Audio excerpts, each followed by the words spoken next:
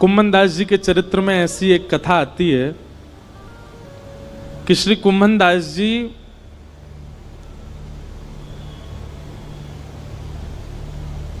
बहुत अकिंचन थे। उनके घर में धन संपत्ति नहीं थी। ठाकुर जी साक्षात प्रकट होकर उनकी गोद में बैठ करके खेलते थे।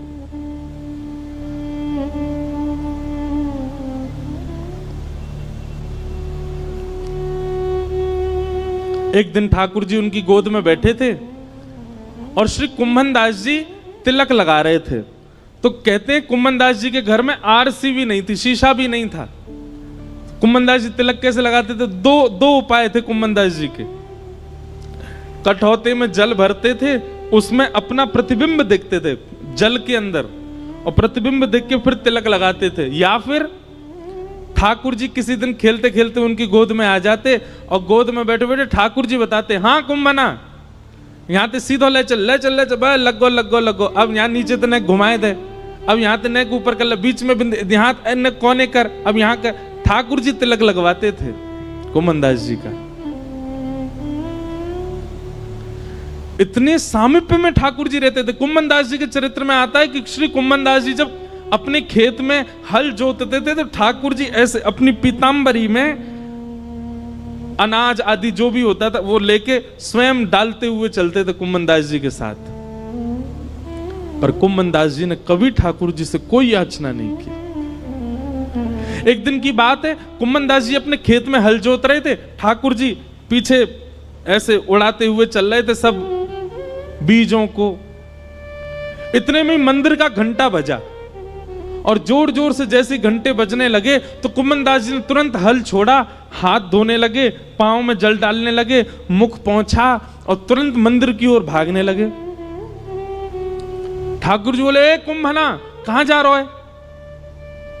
जय जय दर्शन को समय है गयो, मंदिर जा रहा हूं। बोले, तू भी कुम्भना कैसो बावड़ो, मैं तेरे संग यहाँ खेत में खड़ा हूं, तेरे संग हल जुतवा रहा हूं और तू मंदिर में भाग रहा हूं मेरे दर्शन को। कुम्भन दास जी बोले, जय जय यहां तो आप अपनी इच्छा से आते हो, आज आते हो, कल आओगे कि नहीं इसका कोई प्रमाण थोड़े। और कल मुझसे कोई अपराध हो गया, परसों मुझसे कोई अपराध हो गया तो क्या पता आप मुझसे मिलना ही बंद कर दो। पर मंदिर में तो आपको आचार्यों ने बैठाया, वहां से आप कहीं नहीं जाओगे, इसलिए मंदिर दर्शन में कभी नहीं छोड़ सकता। क्योंकि आप मेरे प्रेम से भले ही यहां आ जाओ, मंदिर में तो आप सदा विराजोगे, इसलिए मैं तो वहीं दर्शन करूंगा। ठाकुर जी संग रहते थे उनके, लेकिन वो फिर भी मंदिर में जाते थे। कभी ठाकुर जी से याचना नहीं करी कि मेरे परिवार को नेक समृद्ध बना दो, मेरे घर पे नेक व्यवस्था करवा दो, कभी नहीं। क्योंकि बंधुओं, कल एक व्यक्ति मिलने आए, वो मुझसे बोले कि हम ठाकुर जी से बोल के कुछ नहीं मांगते पर मन में तो चलता रहता है। आपने मना किया कथा में कि ठाकुर जी से कुछ मत मांगो, तो हम बोलते नहीं है पर मन में तो आता है। इसका मतलब कहां है? इसका मतलब यही है कि भक्ति में अभी कहीं चूक हो रही है।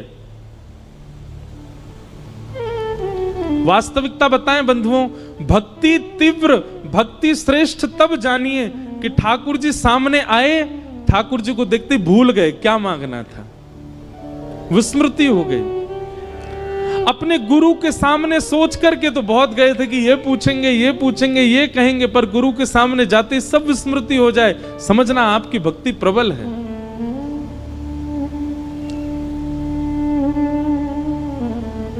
लेकिन बुरा नहीं मानिएगा, जो सोच करके गए वो जाकर के मांग लिया, इसका मतलब आप स्वार्थी थे, आपका प्रेम नहीं है ठाकुर जी से।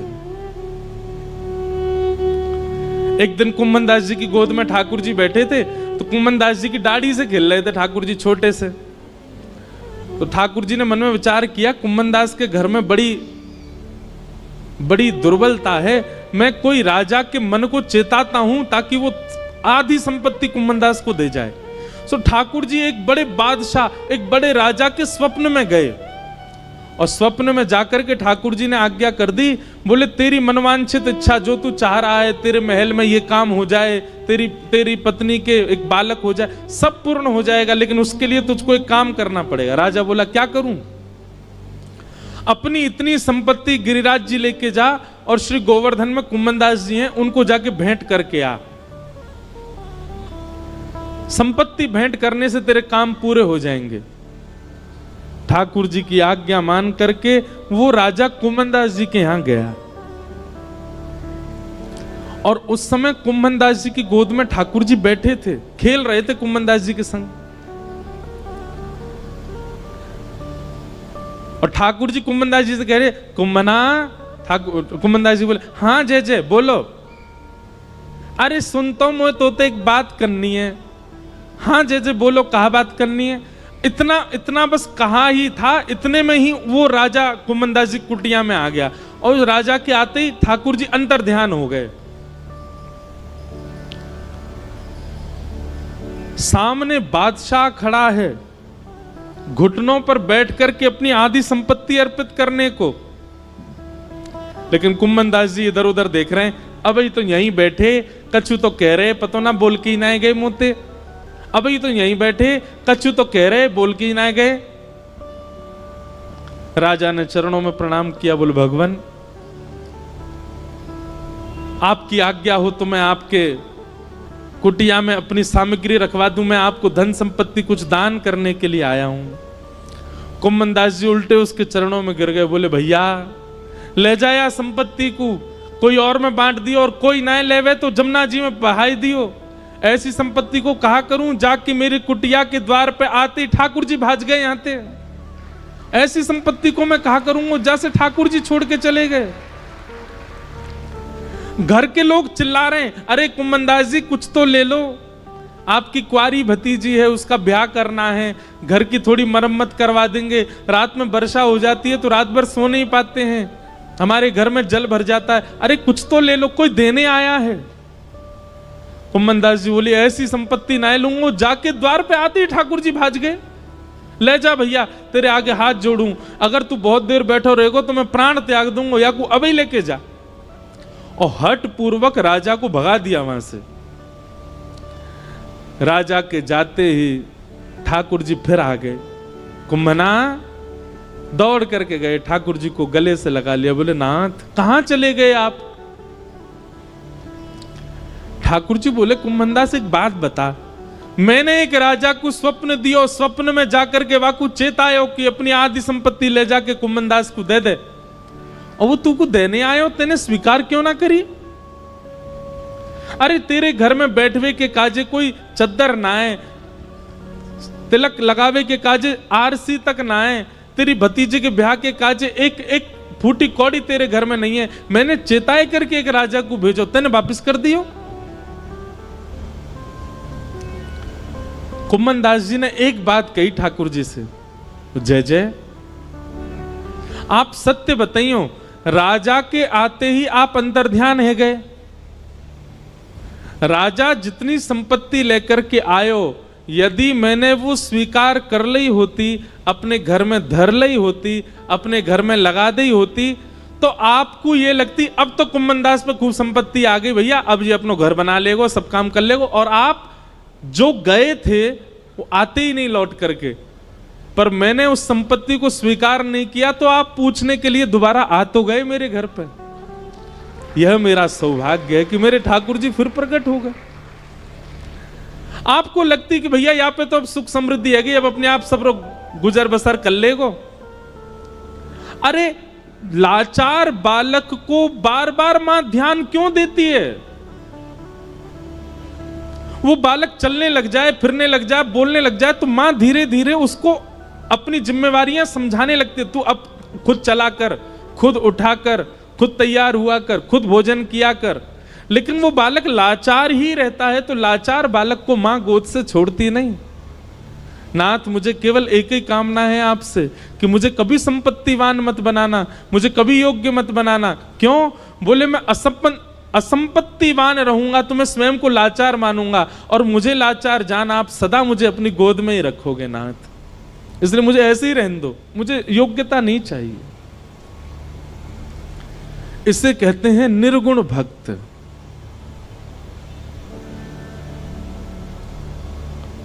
जो कोई कामना नहीं करते ठाकुर जी से, सदा प्रसन्न रहते हैं, ठाकुर जी की रजा में राजी रहते हैं, ये निर्गुण भक्त है।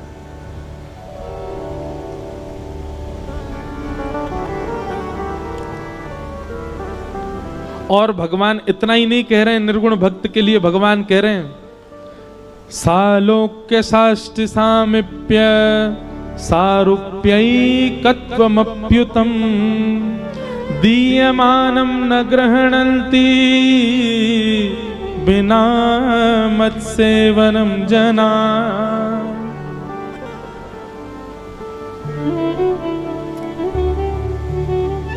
पांच प्रकार की मुक्ति होती है। मुक्ति एक नहीं, पांच होती हैं। कौन कौन सी? सालोक्य, साष्टि, सामिप्य, सारूप्य और एकत्वम। ये पांच मुक्ति हैं। बहुत ध्यान से सुनना। पहले तो मुक्ति मिलना ही बहुत कठिन है, और उन मुक्तियों में भी ये पांच श्रेणियां हैं। सबसे पहली श्रेणी का नाम है सालोक्य। बहुत ध्यानपूर्वक सुनो, सब लोग देखो। सालोक्य मुक्ति किसको कहते हैं? भगवान के वैकुंठ लोक की प्राप्ति हो जाना, इसको सालोक्य मुक्ति कहते हैं, लोक की प्राप्ति।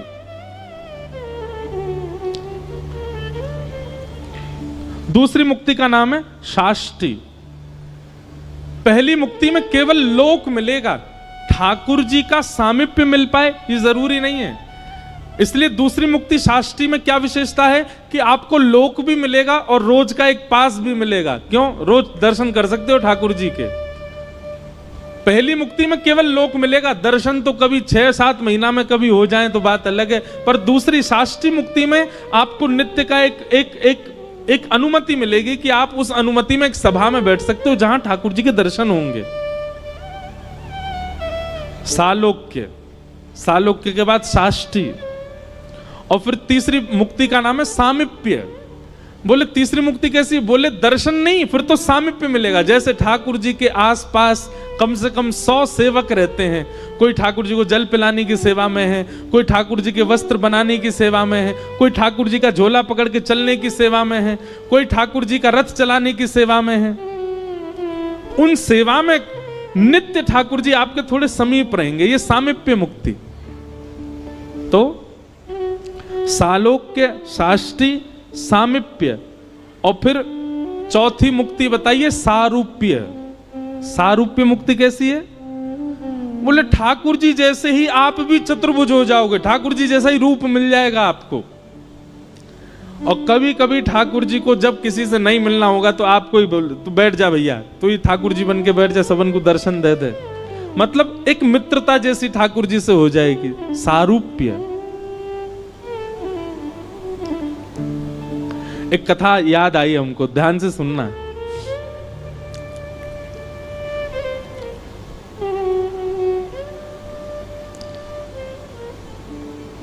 आज पंडरीनाथ भगवान का बहुत स्मरण हो रहा है, श्री विठ्ठल भगवान। हमारे पूज्य नाना जी कहते थे कि बिना किसी प्रयोजन के किसी की स्मृति कथा में बार बार रहने लग जाए तो लाला यूं ही समझियो वो कथा में आए हैं, वो कथा में बैठे हैं। पंडरीनाथ भगवान आपके मध्य प्रदेश से महाराष्ट्र ज्यादा दूर नहीं है। हमारे मंडीदीप वाले तो अभी मेरी पंढरपुर में कथा थी तो आए भी थे, आप लोग भी जाना एक बार। अद्भुत ठाकुर जी हैं पंढरपुर में, ऐसे खड़े हैं कमर पर हाथ रख के, श्री विठ्ठल भगवान। तो नामदेव जी रोज अपनी मां के साथ जाते थे दर्शन करने। बहुत ध्यान से सुनना। नामदेव जी रोज ठाकुर जी से कहते, ठाकुर जी हम भोग बना के मंदिर लाते हैं, आपको पवाते हैं, कभी ऐसा अनुग्रह करो ना कि आप घर आके ही पाओ हमारे। वहीं मां गरम गरम चूल्हे पे रोटी बनाएगी, आप थाली पे बैठना, मैं आपको परोसा करूंगा, मेरे घर पे आके आप प्रसाद पाओगे, बड़ी कृपा होगी। रोज नामदेव जी कहते हमारे घर कब आओगे, हमारे घर कब आओगे। एक दिन ठाकुर जी सामने खड़े खड़े नामदेव जी से बोले, नामदेव तू भी ऐसी बात करता है, मैं तेरे घर आ जाऊंगा 24 घंटा। विठ्ठल भगवान 2-3 घंटे से ज्यादा रात्रि में बंद नहीं होता मंदिर। 10-11 बजे शयन होते हैं ठाकुर जी के, 3 बजे फिर खुल जाते हैं मंदिर। बोले पूरे दिन में खड़ा रहता हूं भक्तों को दर्शन देने के लिए, और एकमात्र ऐसा मंदिर है भारत का जहां पर हर व्यक्ति भीतर जाए और जाके ठाकुर जी को ऐसे गले से लगा सकता है। इतने भक्त आते हैं दर्शन करने के लिए, सबको दर्शन देता हूं मैं। तेरे घर कैसे आऊं भोजन करने, बता। रात में 2-3 घंटे बचते हैं, उसमें मैं शयन नहीं करूं मैं? और मैं तेरे घर आऊंगा दर्शन प्रसाद पाने, यहां मंदिर में कौन रहेगा? नामदेव जी बोले बस इच्छा थी कि आप कभी हमारे घर आओ दर्शन देने, प्रसाद पाने। तो नामदेव जी से भगवान बोले, अच्छा नामा सुन, एक काम कर। बोले क्या? एक दिन तू मेरी जगह खड़ा हो जा विठ्ठल बन के, मैं तेरे घर प्रसाद पाऊंगा। नामदेव जी बोले ये कैसे संभव? बोले सब संभव है, मैं श्रृंगार करूंगा तेरा, कोई पहचान ही नहीं पाएगा कि नामदेव खड़ा है, सबको लगेगा कि ये तो पंडरीनाथ है। बस 2-3 बातों का ध्यान रखियो। नामदेव जी बोले क्या? बोले पहले मेरी जगह आ। रात्रि में शयन जैसे ठाकुर जी का हुआ, नामदेव जी को ठाकुर जी ने छुपा लिया गर्भगृह में। सब चले गए, ठाकुर जी अपने स्थान से उतर गए, नामदेव जी को खड़ा किया। बोले खड़े हो जाओ, कमर पर हाथ रख लो। ठीक है। बोले अब ध्यान रखना, पहली बात तो आंख बंद रखना, खोलना नहीं, मैं ऐसे ही खड़ा रहता हूं। ठीक है। दूसरी बात, सुबह 3 बजे पुजारी जी आएंगे और तुमको नींद आ रही होगी बहुत जोर से, वो घंटे घड़ियाल बजाएंगे जोर जोर से, तो घंटे घड़ियाल सुनकर के तुम्हारी नींद खुलेगी, आंख मत खोल लेना, बंदी रखना। और फिर उसके बाद वहां मंगला आरती को वहां बोलते हैं काकड़ा आरती। कौन सी आरती? मंगला आरती को बोलते काकड़ा आरती। तो मंगला आरती जब होगी, आरती के बाद तुम्हारे ऊपर ठंडा ठंडा दूध डाला जाएगा, तुम्हारे ऊपर दही डाली जाएगी, शहद डाला जाएगा, जल डाला जाएगा। उससे ठिठर मत जाना, खड़े रहना स्थिर होके। नामदेव जी बोले अच्छा। फिर बोले काकड़ा आरती के बाद माखन मिश्री मिश्रित करके तुम्हारे मुख से लगाई जाएगी, उसको खा मत जाना, भूख तो बहुत लगेगी तुमको, मुंह में पानी भी आएगा, उसको लगे रहने देना, चाट मत लेना उसको। कहीं तुमने चाट लिया तो सब समझ जाएंगे नामदेव, खूब पिटाई होगी तुम्हारी। जी भगवान। इतने भक्त आएंगे दर्शन करने के लिए, और सब आकर के तुम्हारे पैरों को ऐसे पकड़ करके अपना सिर रखा करेंगे। कोई रोएगा, कोई चिल्लाएगा, कोई अपना दुख बताएगा, कोई अपना दर्द बताएगा। सबकी बातें सुन लेना, पूरी मत करना, क्योंकि एक की पूरी करी तो सबकी करनी पड़ जाएंगी। वो सब विधान कर्म का है, सब अपने कर्म से सब भोग लेंगे, पालेंगे, वो सब मैं कर लूंगा व्यवस्थित, तुम मत कर देना। नामदेव जी तो उतरने लगे, जय जय मत आओ भोजन करने, आप खड़े ही हो जाओ। ठाकुर जी बोले नहीं अब तो मैं जाऊंगा, अब तू खड़ा रहे यहीं पे। और नामदेव जी को खड़ा करके भगवान ने उनके अंग का स्पर्श किया, बिल्कुल ऐसे खड़े हो गए जैसे विठ्ठल भगवान। ठाकुर जी बोले अब खड़ा रहे, मैं जा रहा हूं तेरे घर। और श्री पंडरीनाथ भगवान पीतांबरी पहने, कस्तूरी की अद्भुत सुगंधी आ रही है, कटाक्ष नेत्र मकराकृत कुंडल पहने हैं, और छम छम चलते हुए नामदेव के घर पहुंच गए।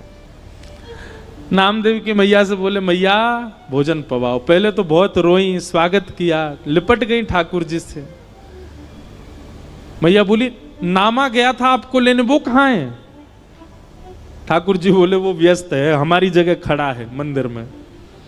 मैया जल्दी भोजन पवाओ। और नामदेव जी की माता जी खूब प्रेम से रोटी बना बना के पवा रही हैं। वहां नामदेव जी खड़े चुपचाप और मन में सोच रहे हैं निमंत्रण मैंने दिया था, सुख मां को मिल रहा है पूरा। इतने में ही पुजारी आ गए, घंटे घड़ियाल बजने लगे, जोर जोर की घंटों की आवाज सुन के नामदेव जी घबरा गए, पर तुरंत स्थिर हो गए, हिलना नहीं है। ठाकुर जी कह के गए, कपाट खुले, बोल पंडलीक वरदे श्री हरि विठ्ठल ज्ञान देव तुकाराम श्री पंडरीनाथ भगवान की। सब जय जयकार करने लगे। नामदेव जी स्थिर खड़े हैं, अभिषेक हुआ, मुख पे मक्खन लगा दिया, सब काम जो जो ठाकुर जी बता गए सब हुआ। जैसी काकड़ा आरती होने लगी तो पंडरीनाथ भगवान नामदेव जी के घर बैठे थे। घर बैठे बैठे ठाकुर जी के मन में आया, मैया चलो नामा से मिलके आते हैं। और एक काली सौल ठाकुर जी ने ओढ़ी, सिर के ऊपर डाल ली, अपना रूप छुपा लिया कि किसी को दिखूं ना। और भक्तों की पंगत में लंबी लाइन में ठाकुर जी खड़े हैं अपने भक्त को देखने के लिए। जैसे ही ठाकुर जी भीतर पहुंचे और अपनी ब्रह्म वेदी पर जब नामदेव को खड़ा हुआ देखा, ठाकुर जी दूर से बलैया लेने लगा। आहा नामा कितना अच्छा लग रहा है, कितना प्यारा लग रहा है मेरा नामा। ठाकुर अब वहां सब गर्भगृह में जाते हैं। जैसे ही ठाकुर जी गर्भगृह में पहुंचे, कंबल उम्बल में ढक के गए थे। नामदेव जी को पता चल गया ठाकुर जी आए हैं। ठाकुर जी मन ही मन नामदेव से बात कर रहे हैं, बोले नौच लूं तुझे? नामदेव कह रहे नहीं नहीं भगवान, मैं उछट जाऊंगा, पुजारी पकड़ लेंगे मुझको। ज्यों ज्यों ठाकुर जी पास आए, नामदेव जी कह रहे हैं ठाकुर जी आप प्रणाम मत करना मुझको। ठाकुर जी बोले नहीं, आज तो प्रणाम करूंगा, आज तो वंदन करूंगा। और ठाकुर जी जाकर के नामदेव के चरणों से लिपट जाते हैं। नामदेव जी के नेत्रों से अश्रुपात होने लगे। बोले नाथ, हम एक कृपा की आकांक्षा करते हैं, आप इतना भंडार क्यों लुटा देते हैं? ठाकुर जी बार बार रोम रोम की बलैया नामदेव की लेते हैं। और तब से लेकर आज तक पंढरपुर में नियम है कि साल के 365 दिन में से एक दिन आज भी ऐसा मान्यता है कि वहां श्री पंडरीनाथ भगवान नहीं होते, वहां नामदेव जी ही खड़े होते हैं।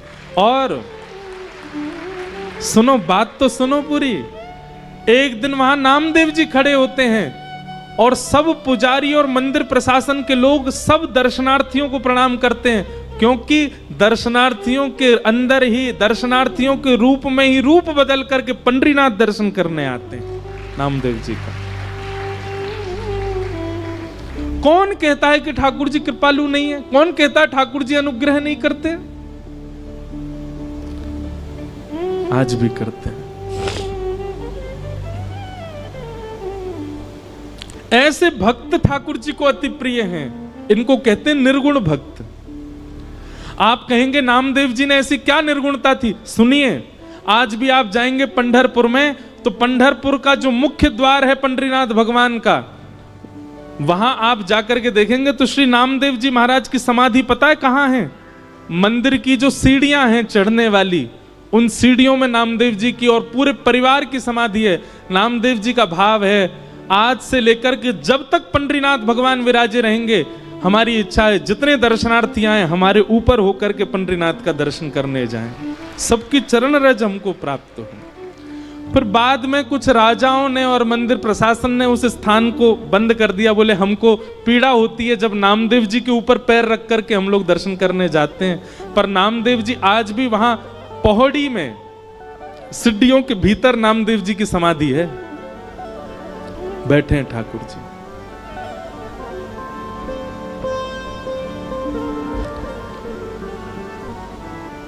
नामदेव जी कीर्तन कर रहे थे और उनके कीर्तन में हजारों वैष्णव नृत्य कर रहे थे। उस कीर्तन की ध्वनि जब पंढरपुर में पंडरीनाथ भगवान को सुनाई दी तो अपनी ब्रह्म वेदी पर खड़े हुए भगवान रुक्मणी जी से कहने लगे, रुक्मणी मैं जाऊं कीर्तन में, मेरा मन नहीं लग रहा, मुझे बहुत अच्छा नामदेव की बहुत याद आ रही है। रुक्मणी जी बोली आप चले गए तो पूरे पूरे कीर्तन को भंग कर दोगे। भगवान बोले क्यों? बोले आपको देख करके सब कीर्तन में मदमस्त हैं, सब छोड़ देंगे, आपको देखने लग जाएंगे। ठाकुर जी बोले मैं रूप बदल के चला जाऊंगा, मैं पीछे जाके खड़ा हो जाऊंगा, मैं किसी के सामने नहीं जाऊंगा, पर मुझे कीर्तन सुनने जाने दो। रुक्मणी जी बोली अच्छा ठीक है जाओ। ठाकुर जी रूप छुपा करके कीर्तन में पहुंचे। नामदेव जी आनंद में भर करके कीर्तन कर रहे थे और नामदेव जी के कीर्तन को सुनते सुनते सुनते ठाकुर जी इतने मंत्रमुग्ध हो गए कि भूल गए कि मुझे खुद को छुपाना है। वस्त्र हट गए, ठाकुर जी का रूप प्रकट हो गया, सब वैष्णव ठाकुर जी को देखने लगे। ठाकुर जी उछल उछल करके नृत्य करते करते करते करते बीच बीच पंडाल में आ गए और ऐसी जोर से घूम घूम करके नृत्य करने लगे। ठाकुर जी के आभूषण गिरने लगे। अरे कहां तक कहें, पीतांबरी तक उतरने लगी ठाकुर जी की, नामदेव जी का कीर्तन सुन के। इतना प्रेम करते हैं ठाकुर जी अपने वैष्णवों से। ऐसे भक्तों को क्या कहते हैं? निर्गुण भक्त। तो मैं निवेदन कर रहा था, निर्गुण भक्त ठाकुर जी को प्रिय क्यों हैं? सालोक्य, साष्टी, सामिप्य और चौथी भक्ति का नाम क्या बताया था? सारूप्य। अपना रूप प्रदान कर देते हैं ठाकुर जी। और पांचवी मुक्ति का नाम है एकत्वम। एकत्वम मतलब ठाकुर जी में ही विलीन हो जाते हैं, फिर वो सदा ठाकुर जी में रमे रहते हैं। लेकिन ठाकुर जी कहते हैं, मां मेरे निर्गुण भक्त तो इतने त्यागी होते हैं, इतने इतने इतने प्रेमी होते हैं कि मैं पांचों मुक्ति भी उनके सामने प्रस्तुत करता हूं तो दिए मान न ग्रहणंती। वो पांच मुक्ति भी नहीं मांगते, नहीं चाहिए। तो क्या चाहिए उनको? केवल अपने अपने अपने अंग वस्त्र को पसार करके मुझसे केवल एक ही बात कहते हैं, क्या? बोले, नाथ जन्म जन्म दीजो याहि ब्रज बसे वो, जन्म जन्म दीजो याहि ब्रज। हे नाथ, मैं हर बार जन्म लूं और हर बार जन्म लेकर के आपका दास ही बनूं, आपके ब्रज में जन्मूं। हर बार जन्म लेकर के आपका तिलक लगा के घूमा करूं, गले में कंठी माला पहनूं। हर बार जन्म लेकर के कथा सुना करूं और दोनों भुजा उठा करके उसमें नृत्य किया करूं। नाथ, देना है तो ऐसा वरदान दे दो कि मेरा हर बार जन्म हो और मैं हर बार आपका दास बना करूं। मां, वेद शास्त्र उपनिषद पुराण सब कहते हैं कि पुनर्जन्म ना लेना पड़े, ऐसे कर्म करो। पर मेरे निर्गुण भक्त कहते हैं कि नाथ, कृपा करके हमको पुनर्जन्म दे दो और फिर से आपके दास बन जाएं, ऐसी कृपा कर दो। आपको भजना हमारी संपत्ति है, आपको याद करना हमारी संपत्ति है। आपकी याद में रोना, बिलखना, आपकी कथा सुनना, इसमें हमको बहुत सुख मिलता है नाथ। अरे और किसी की क्या बात, पंचमुखी श्री हनुमान जी महाराज, यह भी निर्गुण भक्त हैं। जब प्रभु श्री राम अपनी लीला पूरी करके जाने लगे, हनुमान जी नहीं गए साकेत। राम जी से बोले, नाथ आपके साकेत में कथा होती है? राम जी बोले, जहां मैं प्रत्यक्ष बैठा हूं वहां मेरी कथा सुनने की क्या आवश्यकता है? हनुमान जी बोले, तो फिर आप जाइए साकेत, अयोध्या वालों को ले जाइए साकेत, अपने भक्तों को ले जाइए, मैं तो पृथ्वी पर ही रहूंगा और यहीं बैठा बैठा आपकी कथा सुना करूंगा। क्यों?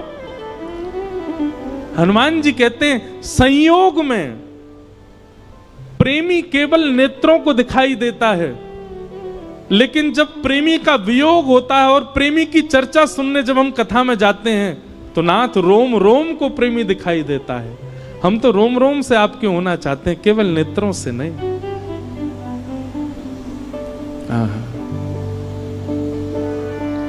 ये जीवन समर्पित चरण में तुम्हारे।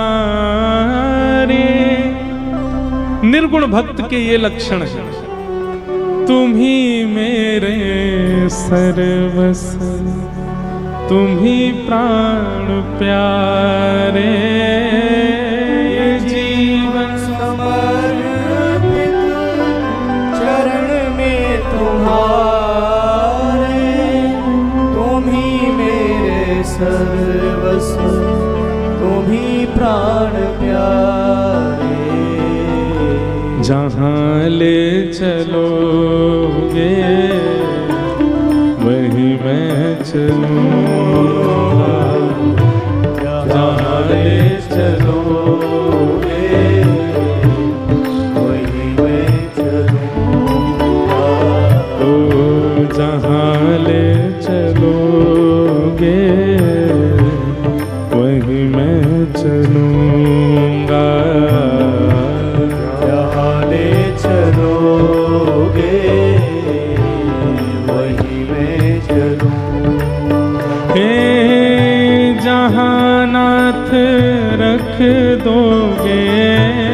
जहाँ नाथ रख दोगे, जहाँ नाथ रख दोगे, जहाँ नाथ रख दोगे, हो वहीं मैं रहूँगा, जहाँ ले चलोगे वहीं मैं चलूँगा।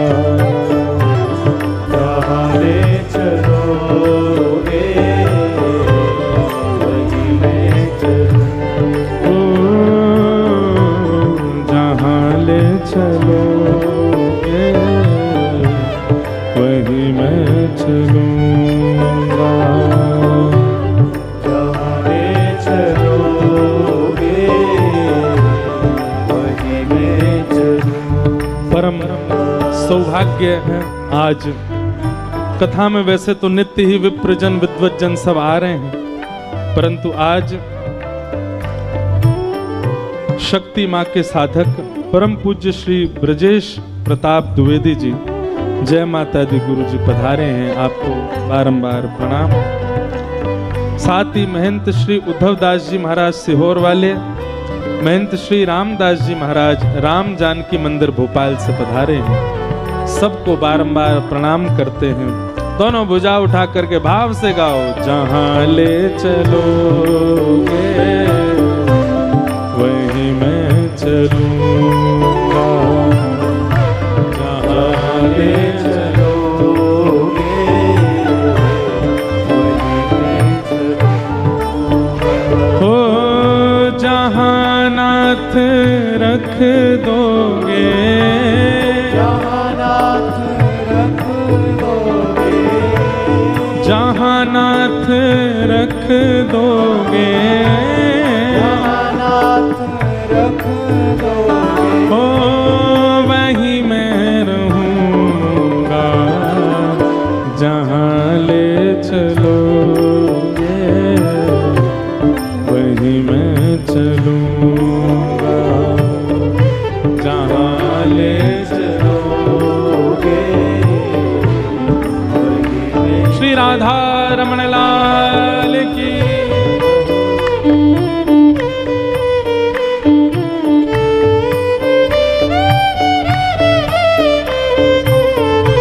करताल बजा के गाओ।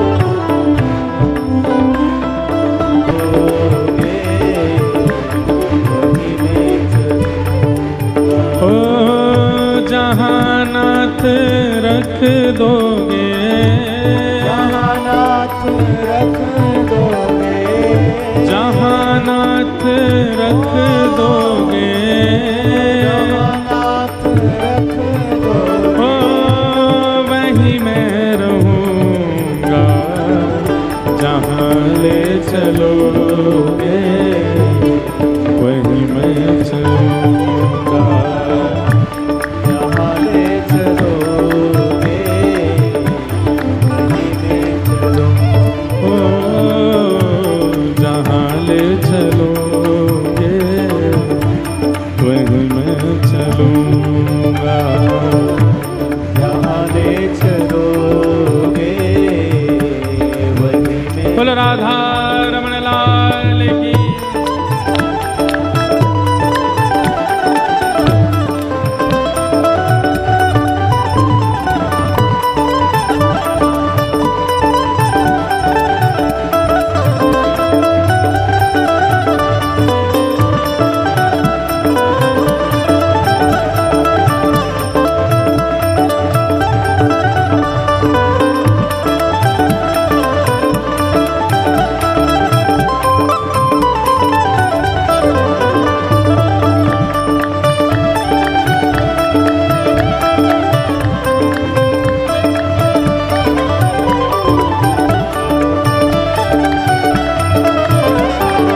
बिहारी लाल मेरे, रमण बिहारी लाल मेरे, हाँ राधा वल्लभ लाल मेरे, राधा वल्लभ लाल मेरे, मैं तेरा ही रहूँगा जहाँ ले चलोगे वहीं मैं चलूँगा, जहाँ ले चलोगे वहीं मैं चलूँगा। ओ जहाँ नाथ रख दोगे, जहाँ नाथ रख दोगे, हाँ जहाँ नाथ रख दोगे, जहाँ नाथ रख दोगे, ओ वहीं मैं रहूँगा जहाँ ले चलोगे वहीं मैं चलूँगा। जहाँ ले चलोगे वहीं मैं चलूँगा। गोविंद बोलो हरि गोपाल बोलो, गोविंद बोलो हरि गोपाल बोलो, गोविंद बोलो हरि गोपाल बोलो, गोविंद बोलो हरि गोपाल बोलो, श्री राधा रमण हरि गोविंद बोलो, राधा रमण हरि गोविंद बोलो, श्री राधा रमण हरि गोविंद बोलो, राधा रमण हरि गोविंद बोलो, हे गोविंद बोलो हरि गोपाल बोलो, बोलो हरि गोपाल बोलो, हे गोविंद बोलो हरि गोपाल बोलो।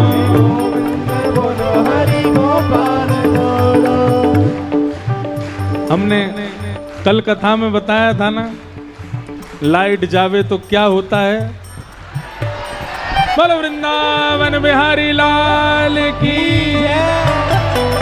गोविंद बोलो हरि गोपाल बोलो, गोविंद बोलो हरि गोपाल, गोविंद बोलो हरि गोपाल बोलो, गोविंद बोलो हरि गोपाल बोलो, श्री राधा रमण हरि गोविंद बोलो, राधा रमण हरि गोविंद बोलो, श्री राधा रमण हरि गोविंद बोलो, राधा रमण हरि गोविंद ओ जय जय राधा रमण प्यारो राधा रमण, राधा रमण प्यारो राधा रमण, ओ जय जय राधा रमण प्यारो राधा रमण, राधा रमण प्यारो राधा रमण, ओ जय जय राधा रमण प्यारो राधा रमण, राधा रमण प्यारो राधा रमण, जय जय राधा रमण प्यारो राधा रमण, राधा रमण प्यारो राधा रमण, ओ जय जय राधा रमण प्यारो राधा रमण, जय जय राधा रमण प्यारो राधा रमण, राधा रमण प्यारो राधा रमण, ओ जय जय राधा रमण प्यारो राधा रमण, राधा रमण प्यारो जय जय श्री राम, जय जय श्री राम, जय जय श्री राम। बोलो वृंदावन बिहारी लाल की। विराज जाओ, सब लोग बैठ जाओ। ठाकुर जी अपनी उपस्थिति अपने आप दर्ज करा देते हैं कि हम आ गए हैं, हमारो आन। और ये पता हर कथा में होता है ऐसा, लगभग हर कथा में।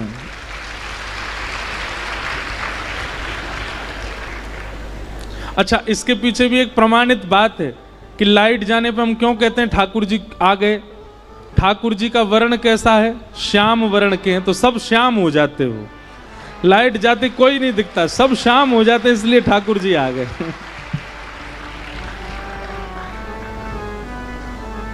इस प्रकार कपिल भगवान देवहूति माता को ज्ञान उपदेश कर रहे हैं। तो भैया सुनो, अगर राजस हो तो निर्गुण राजस हो, अगर तामस हो तो राजस बनने का प्रयास करो, राजस हो तो सात्विक बनने का प्रयास करो, और सात्विक हो तो अब निर्गुण बनो। कुछ नहीं मांगना ठाकुर जी से। और ये कुछ ना मांगने की प्रवृत्ति ठाकुर जी के प्रति कब बनती है? जब हम पूर्ण रूपेण ठाकुर जी में विश्वास कर लेते हैं, भरोसा। भक्ति की 3 धाराएं हैं, बहुत ध्यानपूर्वक सुनो। सबसे पहला विश्वास, दूसरा संबंध, ठाकुर जी से कोई संबंध जरूर होना चाहिए आपका, और तीसरा समर्पण।